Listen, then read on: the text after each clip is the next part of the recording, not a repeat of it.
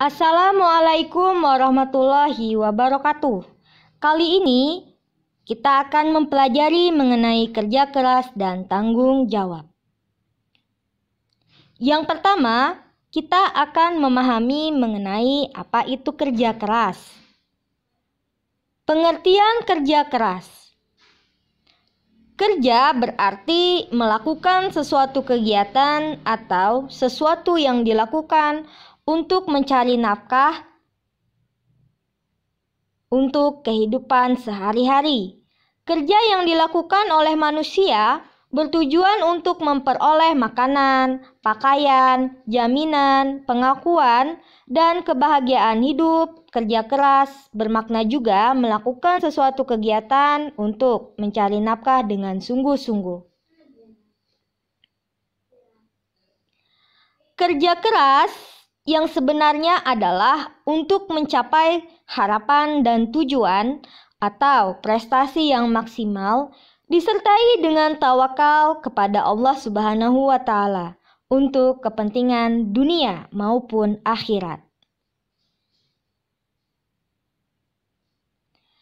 Dalil kerja keras di dunia dan akhirat terdapat di dalam surah Al-Qasas ayat 77 yang artinya, dan carilah pahala negeri akhirat dengan apa yang telah dianugerahkan Allah kepadamu, tetapi janganlah kamu lupakan bagianmu di dunia.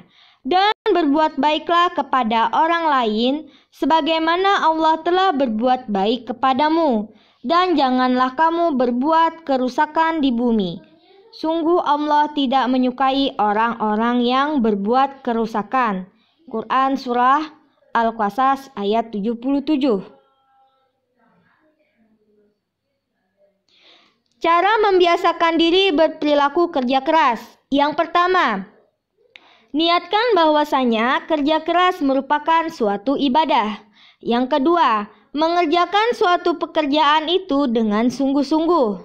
Yang ketiga, pantang menyerah apabila mendapati sebuah kesulitan. Yang keempat, tidak mengerjakan suatu pekerjaan yang dilarang oleh agama.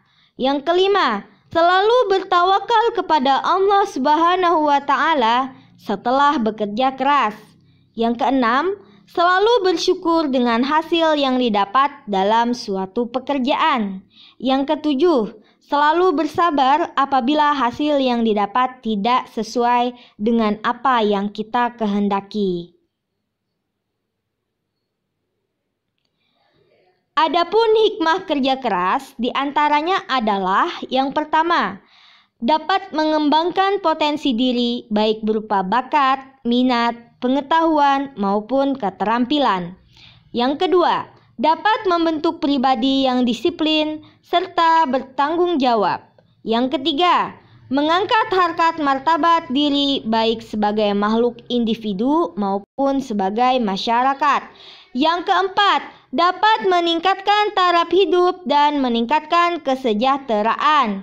Yang kelima, dapat mendorong untuk hidup mandiri dan tidak menjadikan beban bagi orang lain.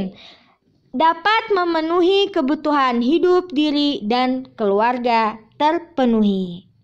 Nah, ketika kita benar-benar bekerja keras, insya Allah kita akan mendapat banyak manfaat dari kerja keras yang sudah kita lakukan.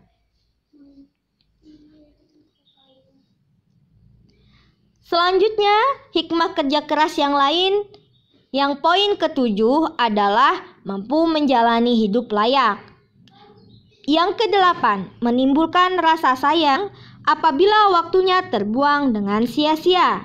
Yang kesembilan, dapat meraih cita-cita menjadikannya seorang yang dermawan. Makna tanggung jawab. Selanjutnya kita akan mempelajari mengenai tanggung jawab. Tanggung jawab adalah kesadaran manusia akan tingkah laku atau perbuatannya yang disengaja ataupun yang tidak disengaja. Tanggung jawab juga berarti berbuat sesuatu sebagai perwujudan kesadaran akan kewajibannya.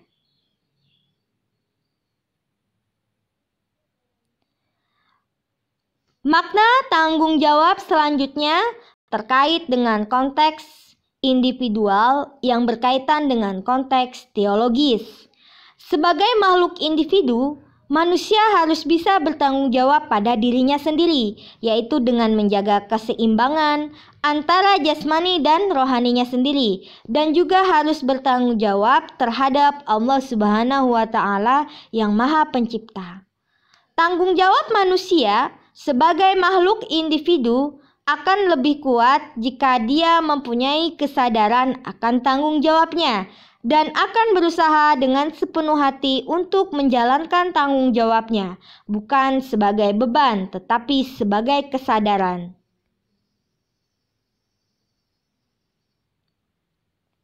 Kemudian, makna tanggung jawab dalam konteks sosial. Manusia merupakan makhluk sosial. Ia tidak bisa hidup sendiri tanpa orang lain.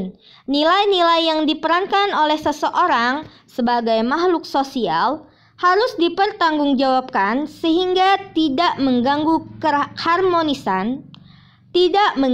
keharmonisan hidup antara anggota sosial dan tidak mengganggu konsensus nilai yang ada dan telah disetujui bersama. Hal ini dicontohkan Nabi Adam alaihi salam yang diciptakan oleh Allah Subhanahu wa Ta'ala sebagai khalifahnya di bumi, tetapi ia tidak bisa hidup sendirian.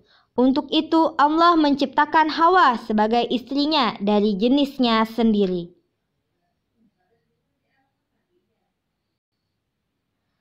Kemudian, makna tanggung jawab dalam konteks pergaulan manusia.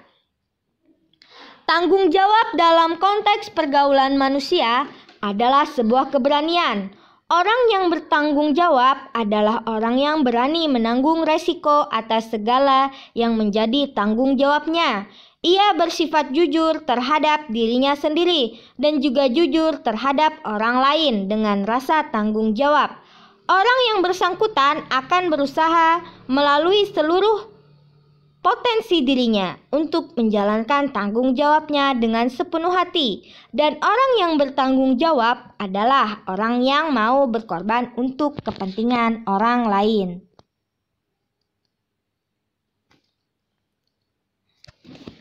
Selanjutnya, klasifikasi tanggung jawab manusia.